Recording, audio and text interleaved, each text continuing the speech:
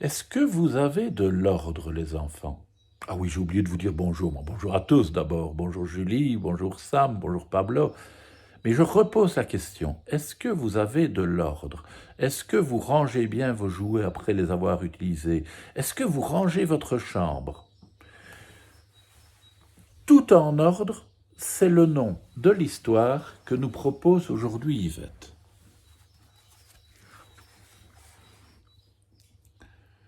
Comme tous les jours, Monsieur Tout en ordre se réveille dans sa très grande maison. Il s'installe dans sa cuisine pour prendre son petit déjeuner. Un jus d'orange fraîchement pressé, quelques céréales et puis du lait. Mince, le lait a débordé, il y en a partout.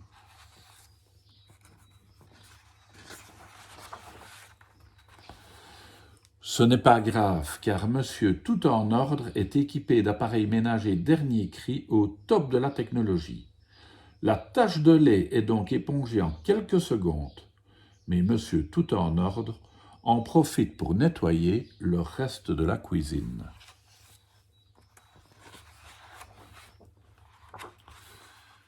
Passionné de ménage, il lance ensuite une opération anti-poussière.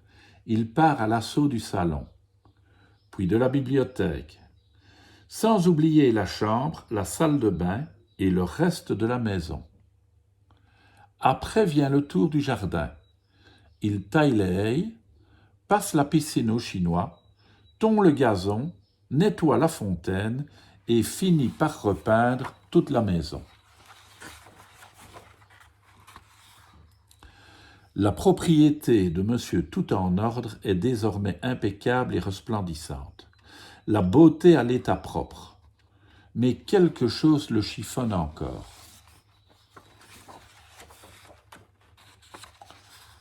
La forêt au fond de son jardin. Quelle pagaille! Rien n'est à sa place, tout est sale. C'est le désordre total. Cela mérite un bon coup de nettoyage. Il commence alors à tailler quelques buissons, ramasser des brindilles qui traînent, avant de lisser les feuilles d'un arbre un peu trop ébouriffé. Après quoi, décidé à passer aux choses sérieuses, il va chercher le Jardinator 3000 et commence à dénuder les arbres, déplacer les buissons, et il finit par bétonner le sol pour cacher les touffes d'herbe qui dépassent. Quelle belle journée bien productive! Bravo, Monsieur Tout en ordre! Et parce qu'il l'a mérité, il se prépare un grand verre de sirop bien corsé et s'installe au bord de sa piscine pour profiter du reste de la journée.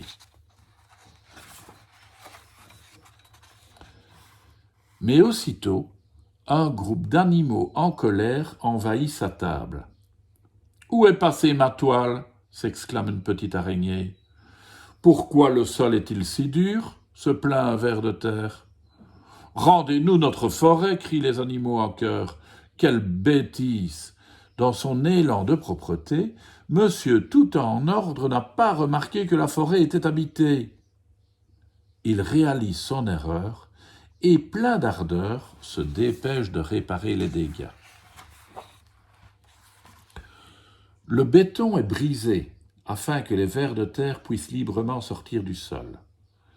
Les buissons replacés pour que les chenilles puissent s'y transformer en papillons. Les branches et les feuilles des arbres raccrochées afin que la forêt reste bien fraîche et ombragée pour les moustiques. Les fleurs sont replantées pour que les abeilles puissent les butiner.